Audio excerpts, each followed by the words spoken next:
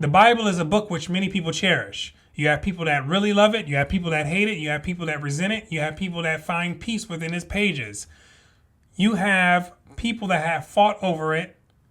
You have people that go as far as saying that it could solve every problem that they have and it can answer every question about life, pre-existence, and anything that is to come after life. You also have pastors that preach from it. You have priests that preach from it. You have people that quote it. You have people that misquote it. You have people that can make it say anything and everything that they want it to say. And we have all of this, which is true, but the question still remains, who wrote it? Right? Very important question. Like if someone's going to put all their eggs in a basket, put all their faith in it, one of the most important questions we should want to know is, who in the world is the one who wrote it? Was it one person that wrote it? Are there many people that wrote it? Was it really Moses, King David, Jeremiah, Solomon? Are these the actual authors of the books that have their names on them? Or was it not? Was it actually divinely inspired? Or was it just another human invention? These are very important questions that we should all want to know. Why did the writers fashion the stories in such a manner that they did? Were the people who actually wrote those accounts the witnesses of those accounts, or was it accounts that was passed on from generation to generation to generation in an oral form?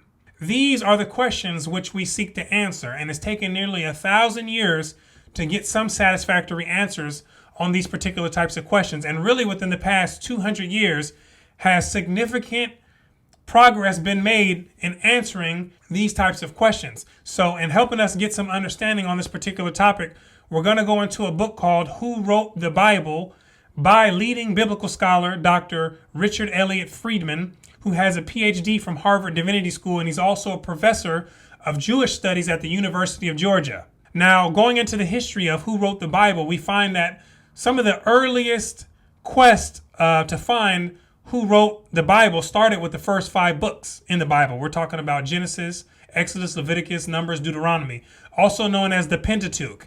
And the Pentateuch is traditionally ascribed to Moses being the author of those books. But what we come to find out is that there are problems that were presented with crediting Moses with the authorship of those particular texts, which Dr. Richard Elliott Friedman says this. But the tradition that one person, Moses, alone wrote these books presented problems. People observe contradictions in the text. It would report events in a particular order, and later it would say that those same events happened in a different order. It would say that there were 2 of something, and elsewhere it would say that there were 14 of that same thing. It would say that the Moabites did something, and later it would say that it was the Midianites who did it. It would describe Moses as going to a tabernacle in a chapter before Moses builds the tabernacle. Now, the problems and the contradictions, we're going to go over more specifically in other series and deal with those. But what I want to focus on right now is more there's problems being noticed, right? And people are seeing these problems. Now, watch what happens in the earlier stages of people seeing these problems that are presented and contradictions that are presented in the text. Here we go. At first, the arguments of those who questioned Mosaic authorship were rejected. In the 3rd century AD, the Christian scholar Origen responded to those who raised objections to the unity and Mosaic authorship of the Pentateuch. The rabbis of the centuries that followed the completion of the Hebrew Bible, also known as the Old Testament or the Holy Scriptures, likewise explained the problems and contradictions within the boundaries of the tradition. Contradictions were only apparent contradictions. They could be explained through interpretation, often very elaborate interpretation, or through the introduction of additional narrative details that did not appear in the biblical text. As for Moses' references to things that should have been unknown to him, they were explained as owing to the fact that Moses was a prophet. So some of the early people who ran into some of these problems and contradictions, and they questioned the authorship being credited to Moses, they were rejected, right? And many of the rabbis, what they would do is they would create other types of narratives basically to explain away the contradictions. And like Dr. Richard Elliott Friedman says, very elaborate interpretations. And we're going to find out some of these elaborate interpretations because they are, and they still exist today, creating very elaborate interpretations to explain away the contradictions. And so many of these traditional type of explanations you won't find in the Bible, right? These are extra biblical type of narratives and traditions that are being introduced in order to deal with some of these problems. So, for example, you have Moses' death, right? And so to explain away why that's there, because that's problematic if he wrote it in there, like Richard Elliott Friedman is saying that they would say that Moses was a prophet, therefore he can predict his own particular death. But it doesn't say that in the Bible. So these are extra biblical narratives, right, that you don't find in there. Very elaborate interpretations and additives to the narrative of the text, right? And so let's continue going. These tradition-oriented responses to the problems in the text prevailed into medieval times.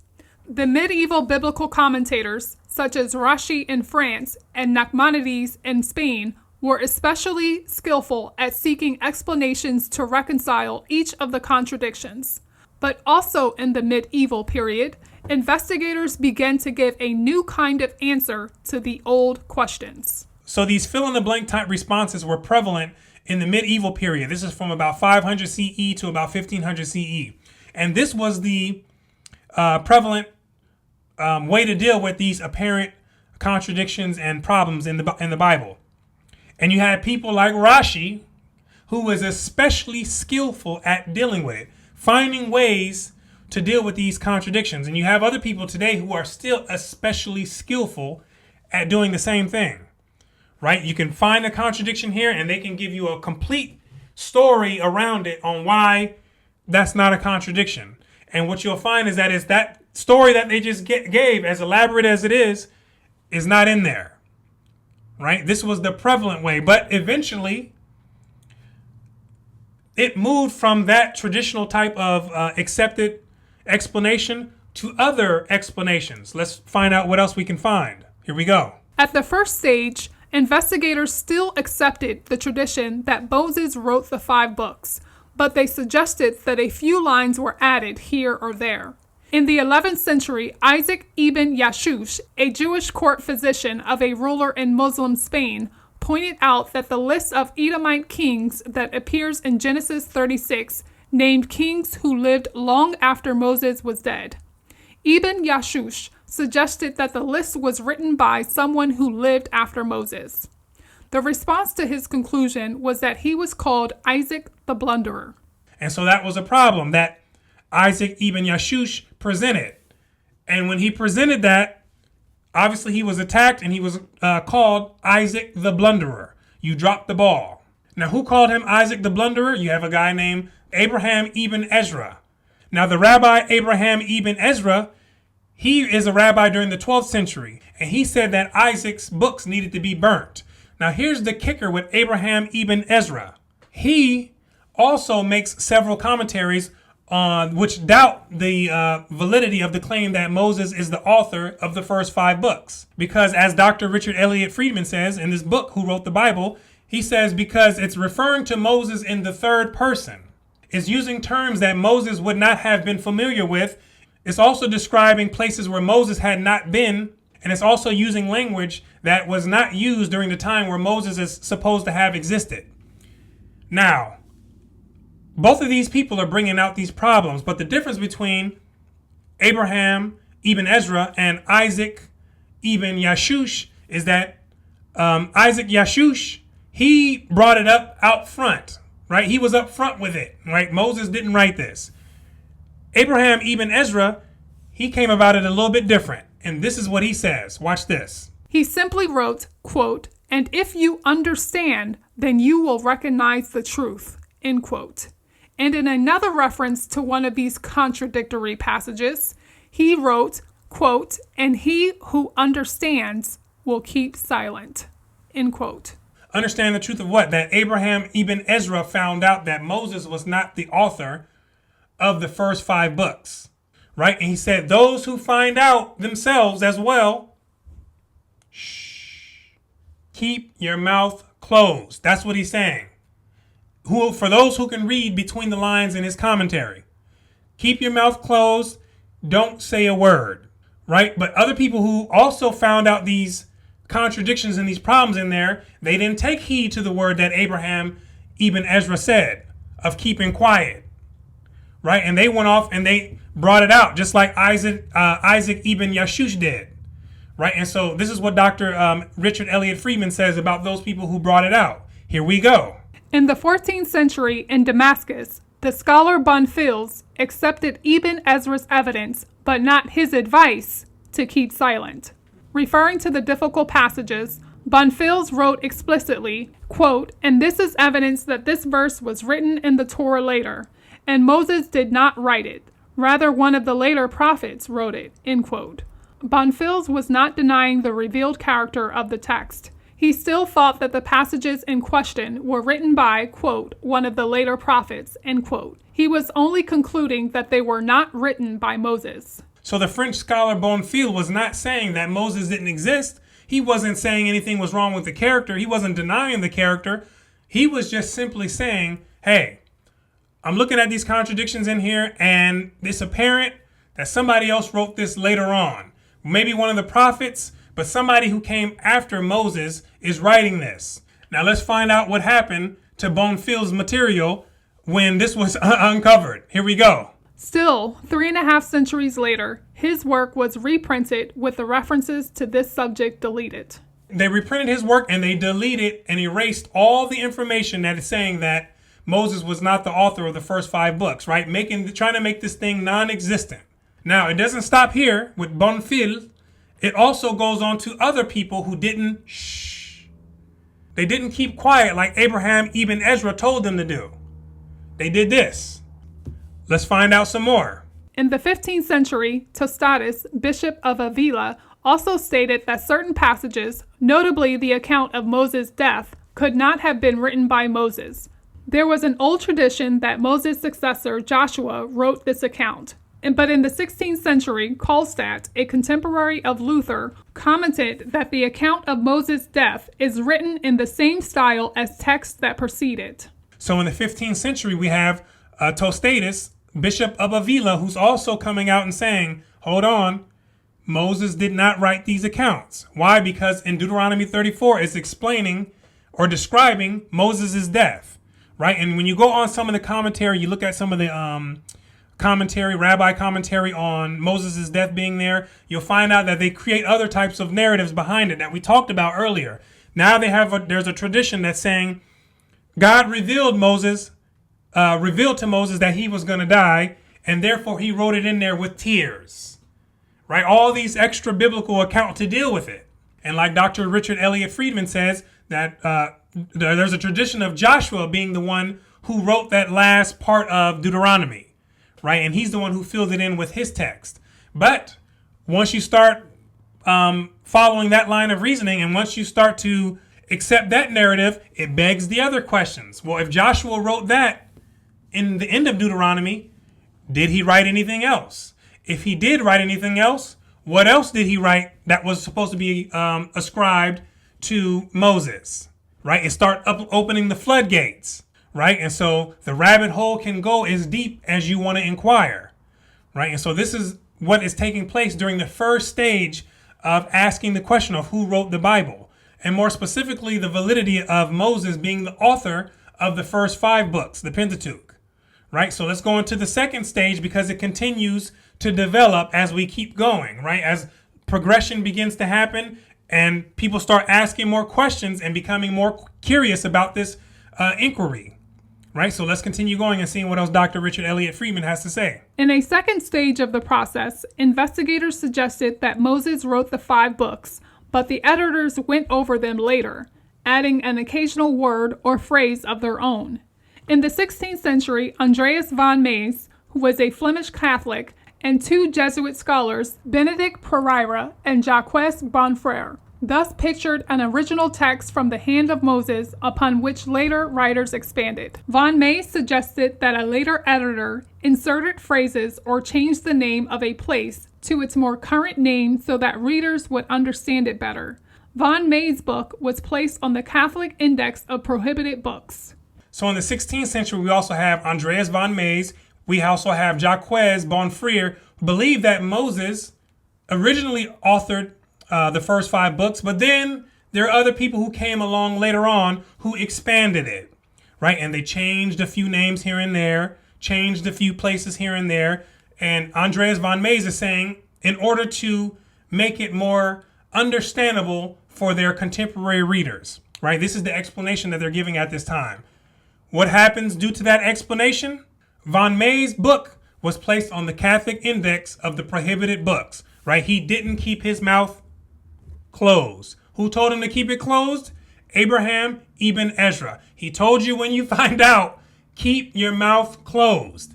They didn't want to listen. And I'm going to tell you right now, I'm glad they didn't listen, because it allows us to develop this knowledge that we have today, right? So somebody had to be a rebel and not listen, and they did that. So I do appreciate that looking back, but they did not keep their mouth closed, right? They kept yapping. We found it when they kept bringing it out. Let's continue because we have more. In the third stage of the investigation, investigators concluded outright that Moses did not write the majority of the Pentateuch. The first to say it was the British philosopher Thomas Hobbes in the 17th century. Hobbes collected numerous cases of facts and statements through the course of the 5 books that were inconsistent with Mosaic authorship. For example, the text sometimes states that something is the case to this day. To this day is not the phrase of someone describing a contemporary situation. It is rather the phrase of a later writer who is describing something that has endured. 4 years later, Isaac de la Pereire, a French Calvinist, also wrote explicitly that Moses was not the author of the first books of the Bible. He, too, noted problems running through the text, including, for example, the words "across the Jordan" in the first verse of Deuteronomy. That verse says, quote, "These are the words that Moses spoke to the children of Israel across the Jordan," end quote. The problem with the phrase "across the Jordan" is that it refers to someone who is on the other side of the Jordan River from the writer. The verse thus appears to be the words of someone in Israel, west of the Jordan, referring to what Moses did on the east side of the Jordan. But Moses himself was never supposed to have been in Israel in his life. De la Pereire's book was banned and burned. He was arrested and informed that in order to be released, he would have to become Catholic and recant his views to the Pope. He did. Isaac de la Pereire must have lost his mind when he stated openly that there were problems in the text and that Moses was not the author of the first 5 books, right? And as a result, his books were burnt, he was arrested, and in order for him to be let free, he had to convert to being a Catholic, right? And he had to take his views back, which he did, right? Fear for his life, probably. I can assume that this is one of the reasons why Abraham ibn Ezra told the people to keep their mouth closed, right? Don't go out yapping and running your mouth when you find these problems. Keep it to yourself. Why? Because people are not ready for that type of information. Especially, we're talking about over 1,000 years ago when Abraham ibn Ezra was around, the 11th century.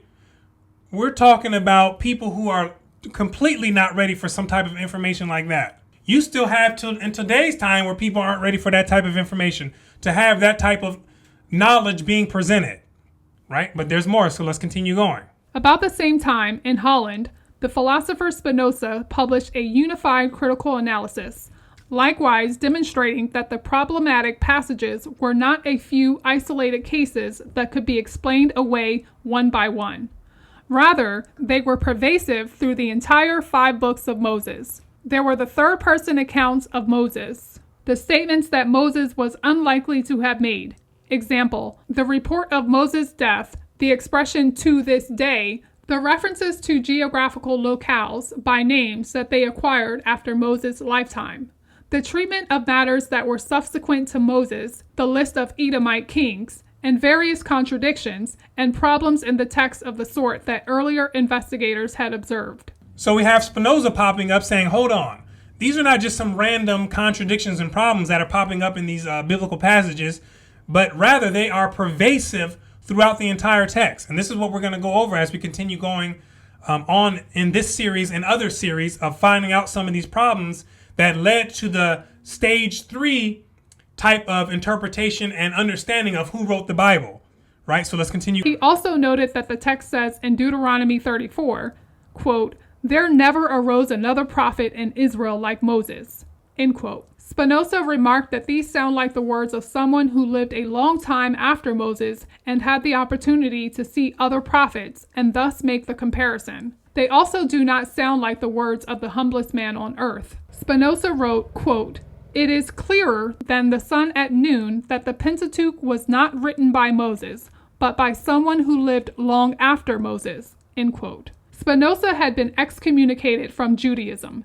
Now his work was condemned by Catholics and Protestants as well. His book was placed on the Catholic Index. Within 6 years, 37 edicts were issued against it, and an attempt was made on his life. And that's right. You can read in Deuteronomy 34, verse 10, where it says, "And there arose not a prophet since in Israel like unto Moses."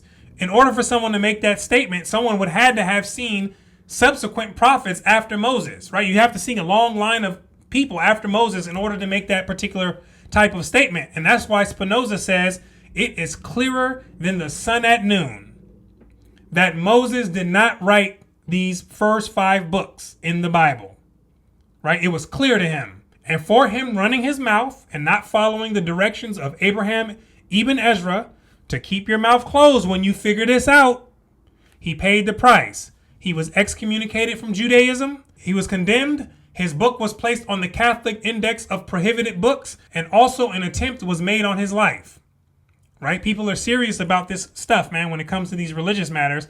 People, to the point where people will take your life. They will do it. They will do it, for sure, right? And so let's see what else Dr. Richard Elliott Friedman has to say upon this. Here we go. A short time later, in France, Richard Simon, a convert from Protestantism who had become a Catholic priest, wrote a work that he intended to be critical of Spinoza. He said that the core of the Pentateuch, the laws, was Mosaic, but that there were some additions. The additions, he said, were by scribes who collected, arranged, and elaborated upon the old text. These scribes, according to Simon, were prophets guided by the divine spirit, and so he regarded his work as a defense of the sanctity of the biblical text. His contemporaries, however, apparently were not ready for a work that said that any part of the 5 books was not Mosaic. Simon was attacked by other Catholic clergy and expelled from his order. His books were placed on the index. 40 refutations of his work were written by Protestants. Of the 1,300 copies printed of his book, all but 6 were burned.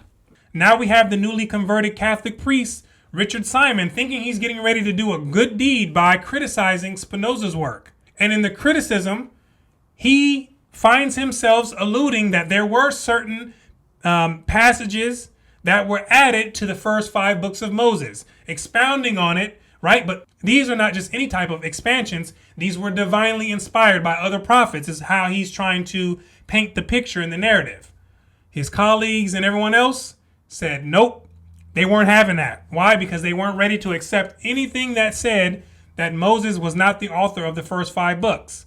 What happened to him? Expelled from the Catholic order. His books were also burned, and they had 40 refutations of people trying to discredit his particular work. Now, understand, this is why it has taken upwards of 1,000 years to finally shed some actual light on who it is that has written these particular types of texts, right? You have this opposition in a way which is creating barriers for people to inquire and ask questions. Every time someone's asking questions, they're excommunicated, expelled, books are being burnt, life is being threatened, attempts made on their lives.